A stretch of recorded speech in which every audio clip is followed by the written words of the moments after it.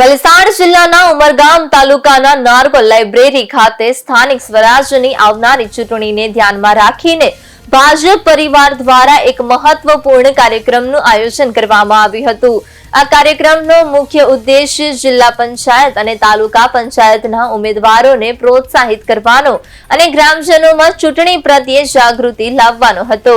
કાર્યક્રમમાં પૂર્વ વન મંત્રી અને હાલના ધારાસભ્ય શ્રી રમણલાલ પાટકર મુખ્ય ઉપસ્થિત રહ્યા હતા। તેમની સાથે ઉમરગામ તાલુકાના કારોબારી અધ્યક્ષ મહેશભાઈ આહિર, માજી સરપંચ યતીનભાઈ ભંડારી, હર્ષદભાઈ તથા નારગોલ ગ્રામ પંચાયતના સરપંચ સ્વીટીબેન ભંડારી અને દિલીપભાઈ ભંડારી સહિતના આગેવાનો હાજર રહ્યા હતા। મોટી સંખ્યામાં ગ્રામજનોની ઉપસ્થિતિએ કાર્યક્રમને ઉત્સાહપૂર્ણ બનાવ્યો હતો। આ અવસરે જિલ્લા પંચાયતના ઉમેદવાર ભાવિનીબેન દિનેશભાઈ માછી, તાલુકા પંચાયતના ઉમેદવાર ઉપેન્દ્રભાઈ નરોત્તમભાઈ માછીને ભવ્ય બહુમતીથી વિજયી બનાવવા માટે ગ્રામજનોએ અપીલ કરવામાં આવી હતી। આગેવાનો દ્વારા વિકાસના મુદ્દાઓ અને સ્થાનિક પ્રશ્નોના ઉકેલ માટે મતદાનનું મહત્વ સમજાવવામાં આવ્યું હતું।